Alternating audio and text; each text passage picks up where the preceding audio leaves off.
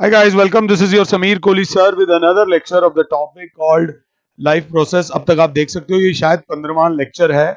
16-17 lectures जाएंगे बिना question answers के। तो इस लेक्चर में हम लोग जर्नली एक जो टॉपिक करेंगे, बड़ा प्यारा टॉपिक है, that is called excretion. Excretion का मतलब क्या है? The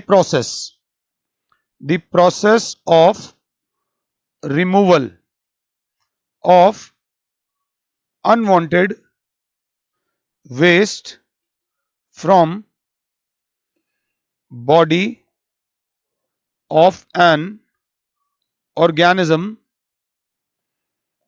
is called excretion। ये बात याद रख लेना। अनवांटेड कोई भी चीज हो, भले ही वो पॉइजनस हो या नॉन पॉइजनस हो, उसको निकालना बहुत जरूरी है। आप OLX पे इतनी सारी चीजें बेच देते हो बिकॉज वो आपके काम की नहीं है। काम की नहीं है तो क्या होता है, वो जगह घेरती है, वो जगह घेरती है तो वो किसी और की चीज को छुपा लेती है, तो काम की चीज छुप जाती है, वो नजर आ जाती है।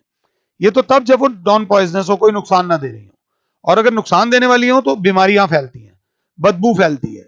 तो ये बात याद रख लेना। अगर आप 4 दिन नहीं नहा रहे हो तो आप ऑटोमेटिकली बीमारियों को बोल रहे हो, हेलो आ जाओ मुझे बीमार करो। अब जल्दी बीमार पड़ोगे इस चीज में, ये बात याद रख लेना। If you are not cleaning your body regularly, if you are not brushing your teeth, दांतों में कैविटी लग जाती है, डेंटल केरीज में हमने पढ़ा था। If you are not combing your hair, मेरे तो बाल ही नहीं है, शैम्पू वैम्पू नहीं कर रहे हो, बालों को साफ नहीं कर रहे हो, तो बालों में यू कैन हैव दोज लाइस और पैरासिटिक मोड ऑफ न्यूट्रिशन जो मैंने आपको पढ़ाया इस चैप्टर में। तो excretion is very much necessary. All the organisms are made up of cells, and these cells work all the time for sustaining life of an organism. Most of the work of the cell is in the form of biochemical reactions which they carry out all the time.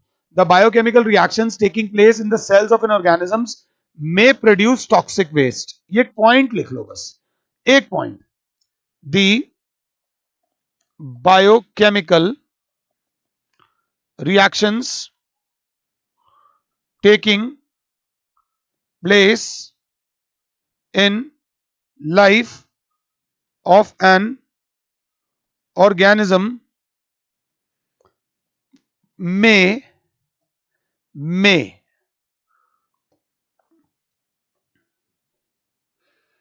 may produce toxic waste, and which must be removed from body of an organism। बेटा अगर आपके mind में गलत thoughts भी हो ना, तो वो भी आपको बीमार कर देते हैं। ये तो टॉक्सिक प्रोडक्ट्स हैं, ये याद रख लेना। तो accumulation of toxic waste in the body of in a body harms an organism. So the process of removal of toxic waste from the body of an organism, unwanted की जगह आप toxic waste भी लिख सकते हो। अब सबसे पहले जो भी पढ़ेंगे उसको ध्यान से देखना। Excretion in plants. आपको एक बात बताऊंगा, पर्सनल बात बताऊंगा, इट्स अ पर्सनल थिंग। हमारी ताई जी एक बहुत बड़े स्कूल की प्रिंसिपल थी, अब रिटायर हो चुकी हैं। अब उनके 2 बेटे थे, तो और they were very rich, we were a little poor. तो जब हमारी मम्मी उनके घर कभी जाती थी, तो जो हमारी ताई जी थी वो हमारे भैया लोग के पुराने कपड़े हमें दे देती थी। वो लोग ब्रांडेड कपड़े पहनते थे, तो वो जो ब्रांडेड कपड़े थे वो हमें मिल जाते थे, फटे हुए नहीं होते थे, वो पुराने होते थे। दे आर रिच और दे शी वाज वेरी सपोर्टिव, उन्होंने बड़ी मदद करी हमारी बुरे वक्त में, बहुत काम दिया। अब जब मम्मी उनके घर में जाती थी तो हमें बड़ी अच्छी फीलिंग आती थी कि आज कपड़े आएंगे। समझना, उनके पुराने कपड़े जो उनके किसी काम के नहीं है, हमारे लिए नए से भी ज्यादा बढ़िया थे, ब्रांडेड कपड़े। तो भले ही गरीबी देखी बचपन से, बट ब्रांडेड कपड़े पहने बचपन से। तो ये होता है तकदीर। This is all in the destiny, कि कई बार हम सोचते भी नहीं है the God is working for us. चलो वापस आ जाते हैं स्पिरिचुअलिटी से। इनका जो वेस्ट था वो मेरे लिए यूजफुल भी हो सकता है, ये भी हो सकता है। यही होता है प्लांट्स के केस में। अब जरा ध्यान से देखना, द मेन वेस्ट, वो कैसे बोल रहे हैं? The main waste products produced by plants are carbon dioxide, बेटा कार्बन डाइऑक्साइड को देख के अगर स्माइल नहीं किया ना, बता रहा हूं लड़ाई हो जाएगी। बच्चा बोलेगा स्टोमेटा से निकल जाएगा सर, रूट हेयर्स में से निकल जाएगा, लेंटिसेल्स में से निकल जाएगा। कार्बन डाइऑक्साइड, वाटर वेपर, वो तो लीफ से वैसे ही निकलता रहता है, एंड ऑक्सीजन। ये तो तीन वो वेस्ट प्रोडक्ट हैं। अब आप खुद देख सकते हो, ये हमारे काम आता है, ये हमारे काम आता है, और कहीं ना कहीं कार्बन डाइऑक्साइड भी हमारे काम आता है। ग्रीन हाउस इफेक्ट कई बार चाहिए भी होता है। अब आगे, so the gaseous waste products, the gaseous waste products produced by plants, the gaseous waste product produced by plants are removed from, I don't know, बना ही लेते हैं ना प्लांट, ये स्टेम, ये लीफ और ये रूट्स। तो बच्चा बोलेगा लीव्स में स्टोमेटा के थ्रू, स्टेम में लेंटिसेल्स के थ्रू, और रूट्स में, रूट की जो लास्ट वो होती है रूट हेयर के थ्रू, रूट हेयर के थ्रू एक्सक्रीट हो जाते हैं गैसियस वेस्ट प्रोडक्ट। ये याद रख लेना, थोड़ा सा मैंने एक्स्ट्रा बता दिया। The plant excrete carbon dioxide, ये सब बता दिया। और वाटर, वाटर कहां से आ जाता है? Water vapour, water vapour excrete हो जाता है स्टोमेटा के through by the process of transpiration, जिसकी वजह से प्लांट्स में हमेशा पानी की कमी होती है, और प्लांट्स को जो भी हम पानी देते हैं वो इवेपोरेट करके वापस एटमॉस्फेयर को दे देते हैं। प्लांट खुद को फायदा दे ना दे, वो वाटर वेपर जिस भी एटमॉस्फेयर में होता है वहां नमी बनाए रखता है, मॉइस्चर रहता है। अगर आपके घर के आसपास हरियाली है तो मौसम ठंडा ठंडा और कूल कूल रहेगा। ये ध्यान से देख लेना, नवरत्न तेल जैसा नहीं रहेगा बट रहेगा। द प्लांट्स, अब थोड़ा सा और ज्यादा ध्यान से, the plants store some of the waste product in their body parts। बताता हूं वो क्या है। ये वो ताई जी के कपड़े हैं जो उनके लिए वेस्ट है बट हमारे काम आने वाले हैं। For example, which are collected in leaves, bark, जो पपड़ी सी होती है पेड़ की, एंड फ्रूट्स। अब प्लांट के जो फ्रूट्स हैं वो प्लांट के किसी काम के नहीं है बट हमारे काम के हैं। So they get rid of such waste by, word देख लेना, शेडिंग ऑफ लीव्स, हर साल में एक बार पेड़ के सारे पत्ते झड़ जाते हैं। पीलिंग ऑफ बार्क, बार्क वो उसका खुरदुड़ा सा लाइट वाला पार्ट होता है जिससे कॉर्क बनती है। And falling of fruits, fruits आमतौर पे जब पक जाते हैं तो हम खुद ही उतार लेते हैं, और अगर आप नहीं उतारोगे तो अल्टीमेटली वो फ्रूट गिर जाएगा। So when dead leaves, bark and ripe fruits fall from the tree, then the waste product contained in them, they get rid of them। or plants also store waste product in the fruits of a plant in the form of solid bodies called raphides। थोड़ा सा बस हल्का सा पढ़ लेते हैं। सो तीनों चीजें, plant also excrete some waste substances into soil, ये थोड़ा सा एक्स्ट्रा पॉइंट है। plants also excrete waste substances into the soil around them, but उससे सॉइल को नुकसान नहीं होता, सॉइल की न्यूट्रिशियस वैल्यू बढ़ती ही है। ये पॉइंट्स आराम से लिख लेना। ये पॉइंट्स हैं एक्सक्रीशन इन प्लांट्स, प्लांट्स में से कुछ वेस्ट और भी निकलते हैं, ऑयल्स या रबड़ में से जो वो पेस्ट निकलता है, तो ये सब भी प्लांट के लिए वेस्ट होता है, थोड़ा सा याद रख लेना। एक और बात, plants plants also get rid of some waste in form of resins, gums and oils. थोड़ा सा एक्स्ट्रा पढ़ लेना, फायदा रहेगा। अब आ जाते हैं हम एक्सक्रीशन इन एनिमल्स पे। अब सीधे अगर ह्यूमन बींग्स पे आ जाओगे तो नानी याद आ जाएगी। एक्सक्रीशन इन एनिमल्स, सबसे पहले name of organism, excretory, spelling sir,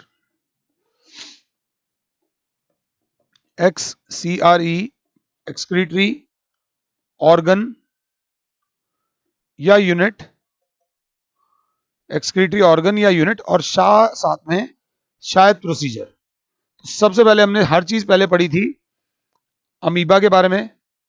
single cellular organism है amoeba and other single celled animals plus other single celled animals get rid of waste by diffusion.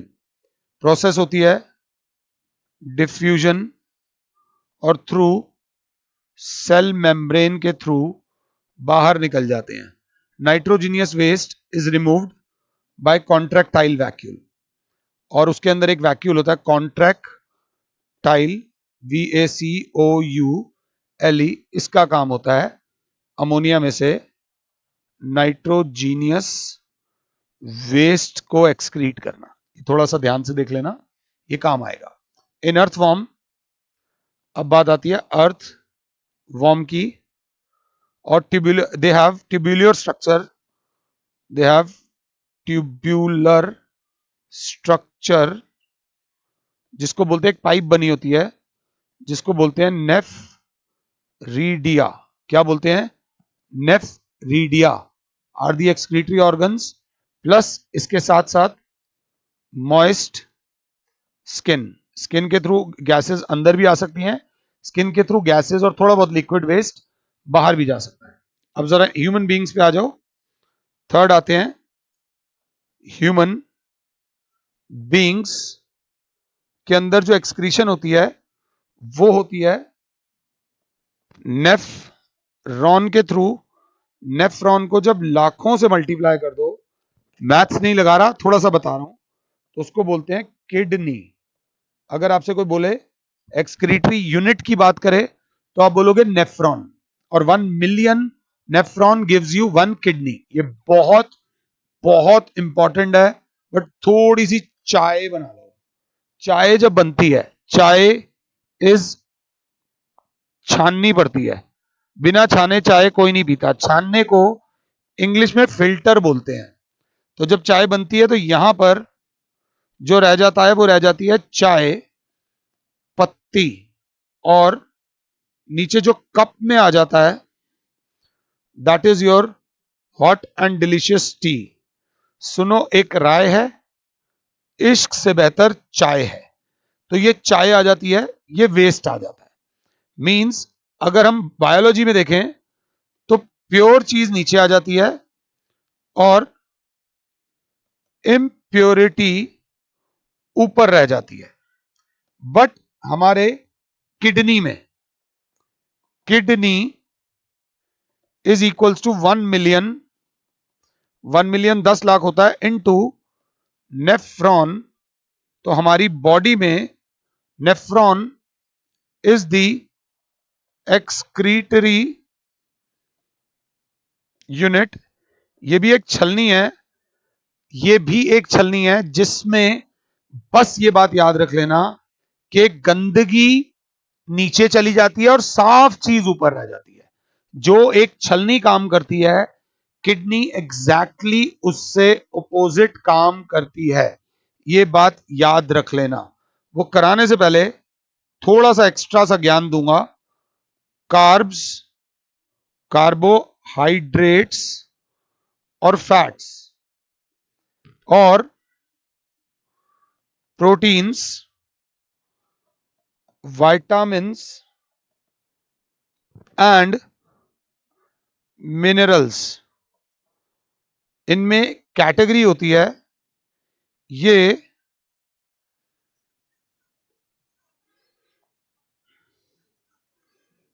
ये बेटे बात समझ लेना, ये बायोलॉजी है, अगर आगे जाके साइंस लेनी है तो थोड़ा सा लेवल बढ़ा के चलना, ज्यादा नहीं।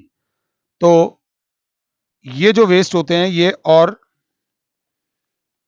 लिख तो लूं पहले सही तरीके से,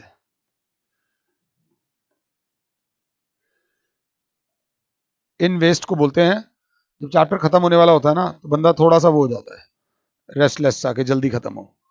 organic waste carbon and compound में बताऊंगा, ये होते हैं इनऑर्गेनिक, ऑर्गेनिक वेस्ट। इनके रिमूवल को बोलते हैं कुछ, इनके रिमूवल को बोलते हैं कुछ, इनके रिमूवल को बोलते हैं इजेशन, जो हम डाइजेशन इन ह्यूमन बींग्स के अंदर पूरा कर चुके हैं। इनके रिमूवल को बोलते हैं एक्सक्रीशन। जब ह्यूमन बींग्स में बात आएगी, व्हाट इज एक्सक्रीशन, तो आप बोलोगे the process of removal of inorganic waste through the body of an organism is called excretion. इसमें जो वेस्ट होता है वो लिक्विड होता है, ये याद रख लेना। इसका जो वेस्ट होता है दैट इज लिक्विड, इसका जो वेस्ट होता है दैट इज सेमी सॉलिड। इसका वेस्ट यूरिन की फॉर्म में या स्वेट की फॉर्म में निकलता है। इसका वेस्ट जो FEACES, स्पेलिंग देख लेना, फीसेस, जो सुबह पॉटी करते हो, दैट इज दिस। आपसे पूछा जाए what is the difference between egestion and excretion, तो बच्चों को नहीं दिख रहा होगा, यहां पर मैंने 3 पॉइंट्स करा दिए। ऑर्गेनिक वेस्ट के रिमूवल को बोलते हैं इजेशन, इनऑर्गेनिक वेस्ट के रिमूवल को बोलते हैं एक्सक्रीशन।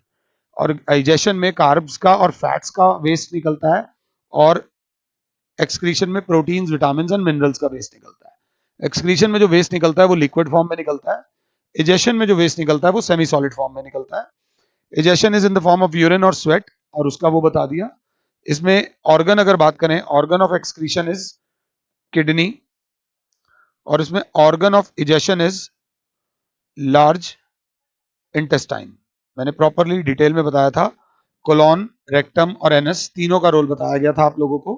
तो ये था। अभी हम नेक्स्ट लेक्चर में आपको बताएंगे कि how does a kidney works, kidney काम कैसे करती है।